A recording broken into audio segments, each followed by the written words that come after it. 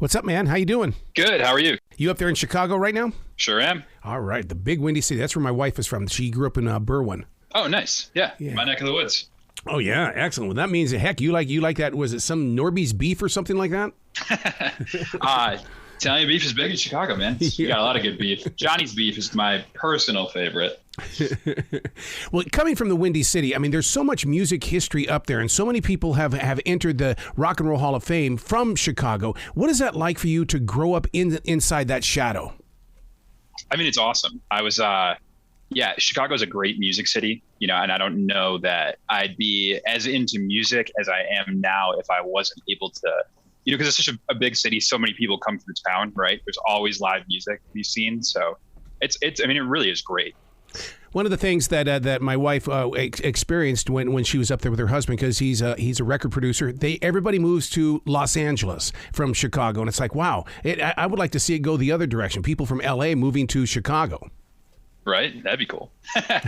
That'd be awesome. Is it because you've just got to be in the right place at the right time? Is that why people run away from the city?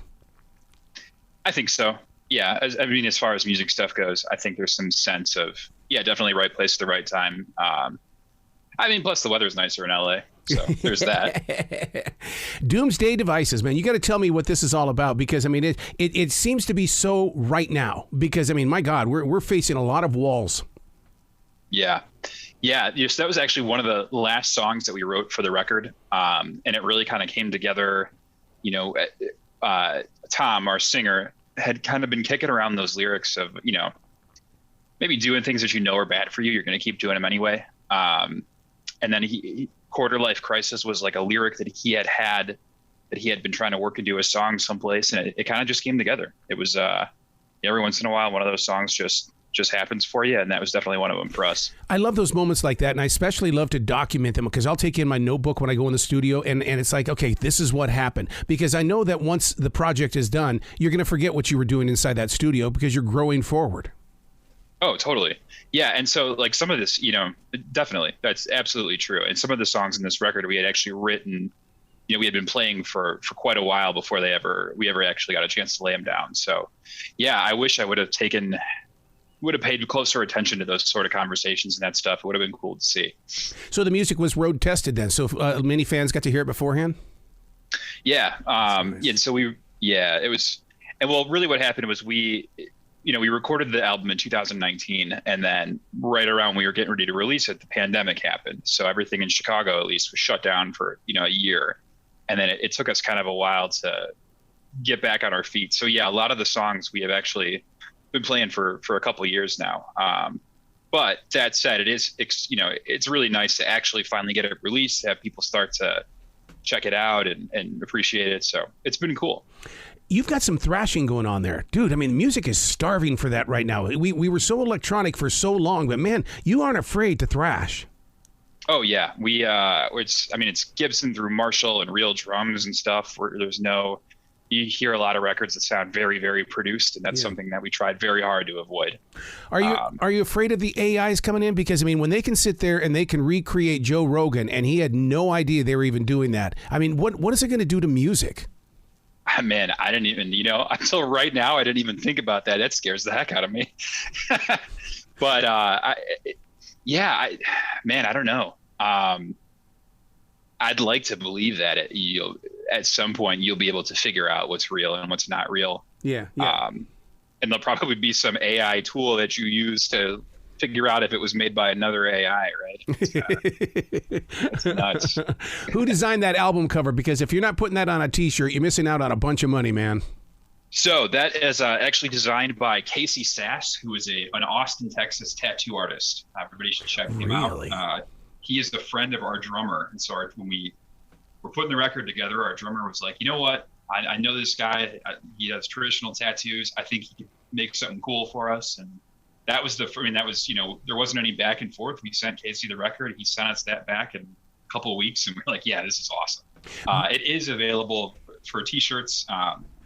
Right now we have them at our live shows. I don't think they're available for sale anywhere online yet, but definitely if you want one of those on a shirt, come check us out. I could see people getting a tattoo, getting that on their body. I would love to do that. I'm a tattoo guy, so maybe that'll be the next one. It's a good idea. Set up a little, little place where you can get some ink while you're at the show. Before the band comes out, everybody's getting the ink. We actually had probably 10 years ago now. We were playing in this bar, and a friend of ours got our logo tattooed on his chest on stage while we were playing. It's like one of the most metal things I've ever seen. It was great. Billy Gibbons of ZZ Top told me that every time that he writes a song, he pictures himself inside of a car. He wants that song to move as fast as a speeding car. What about you guys? Because you've got some speed on yours as well. So that it's funny you say that, because that's kind of the thing that we go for too. That feeling like, you got the windows down, you get the music cranked up, you're driving on the highway with your girl or with your friends or whatever. Like, there's nothing that beats that feeling, and that's definitely how we feel when we play music, when we write it. So that's pretty accurate. Oh, and if that rearview mirror is not vibrating, it's not loud enough. Totally. And listen, if you're going fast enough, it doesn't matter what's behind you. See, that's the problem with driving here in the Carolinas, is that our roads are long, and I mean they've got some rolling hills and stuff to it. But man, I mean I got busted for 110 miles an hour, and I blame it on Motley Crue. Hey, man, yeah. Gosh. How long have the riffs been stored away? Because I mean, one of the things that I've learned, especially in the past couple of years here since the lockdown, is that people would discover riffs and then hurry up and put them away for future use.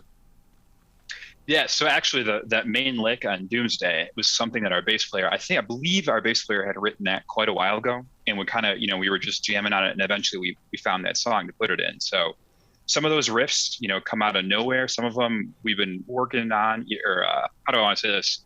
Kind of get, bring them into the riff lab, and maybe they get changed a little bit, or a note here and there. Or our drummer is great at kind of envisioning like a different tempo that a riff could be played at, or like maybe try and play this, in 3/4 instead of 4/4 or whatever. I mean, so yeah, definitely those riffs have been around for a minute though. Yeah, I love it when the drummers become a part of it. I mean, that's like Lars in Metallica. He doesn't know a dang thing about guitars, but boy, he knows when it's not being played right with those drums. Yep, absolutely. And Dave's like that too. Dave can just kind of hear it in his head, and maybe everybody can, but he's good at articulating it, which is also important. Yeah, because it's a language all its own, is it not? Oh, absolutely. 100%. Yeah. Now, I've never heard of a music video being taken to a film festival. When I read that, I was like, you damn straight. This is the way it's got to be. Yeah, that was all Zane Rerek is the guy who wrote and directed that video. He's a buddy of ours. And he kind of approached us and was like, I would love to do, I have this idea for this video. It's kind of wacky, but I think it could be cool. And we actually filmed that in like maybe the last weekend in February in 2020. We filmed it that weekend, kind of didn't hear anything about it. And then the pandemic happened. Yeah. And like a couple of months later, I see this video and Zane's telling me, oh yeah, by the way, I entered these film festivals and won these awards. I'm like, man, that's awesome. Heck yeah. God. So.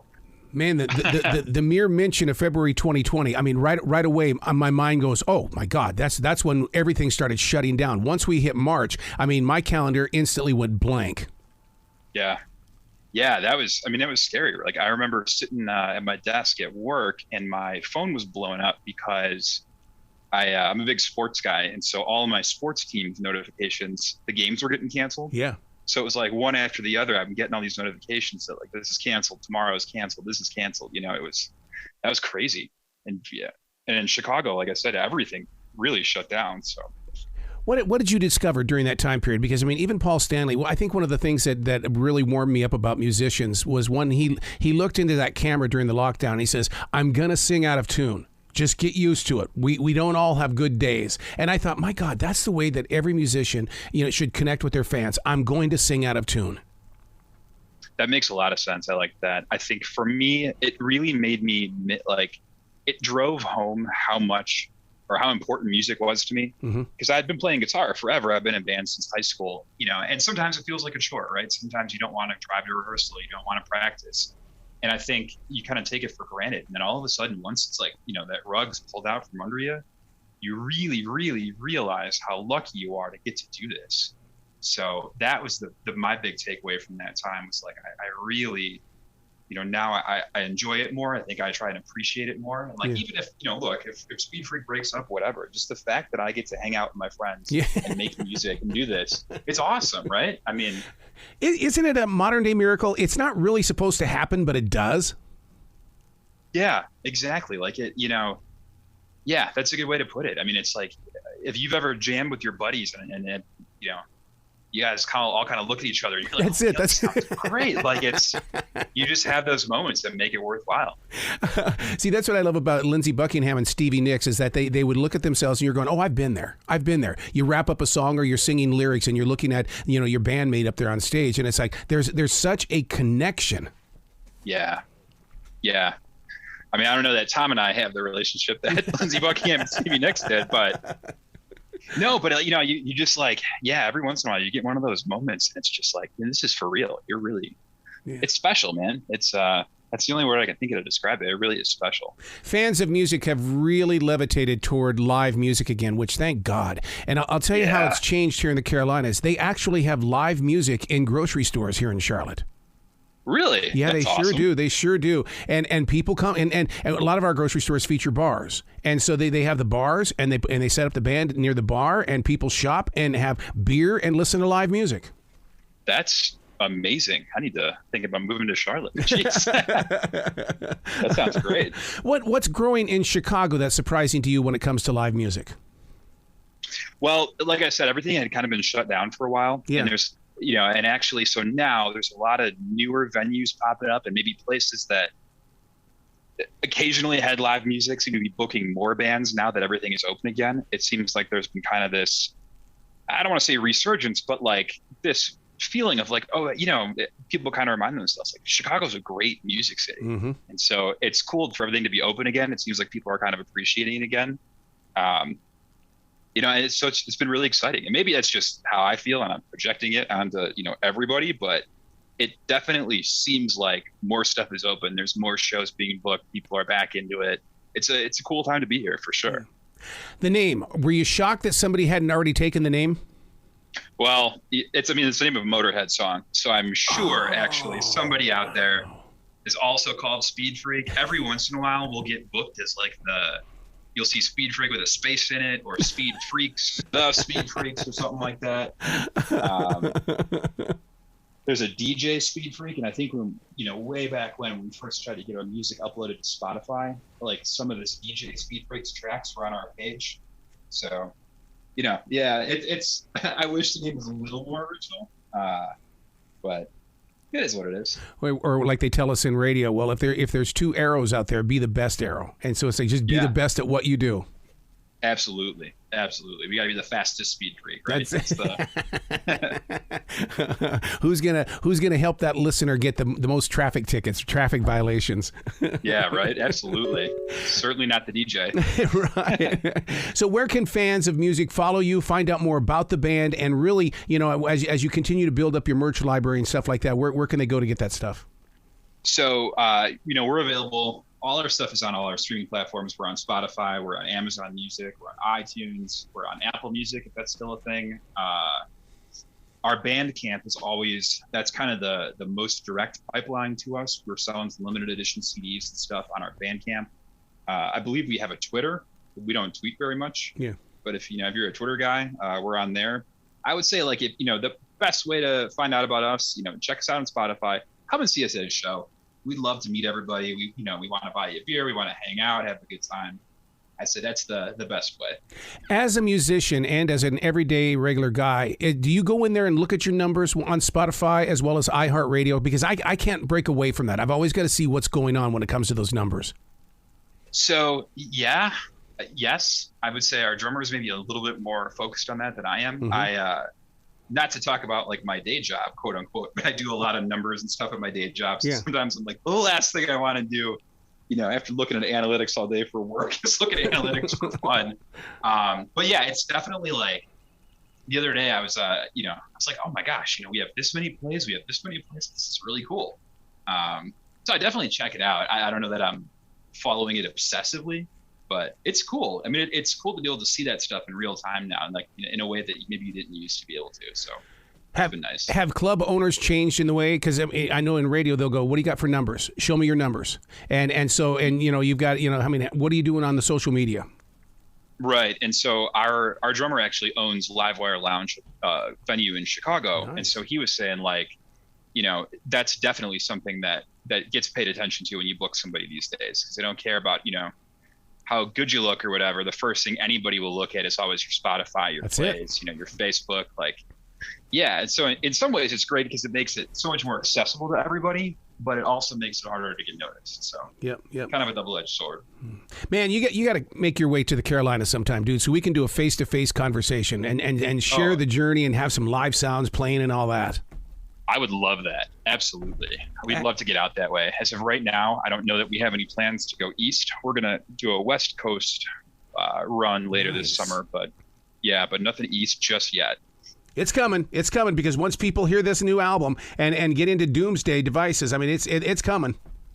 I hope so, man. I hope so. I appreciate that. Yeah, definitely. If we get down there, we gotta hook up. Excellent. Well, come back to this show anytime in the future, dude. The door's always going to be open for you. All right. I appreciate that. You be brilliant, okay? All right, Arrow. Take care.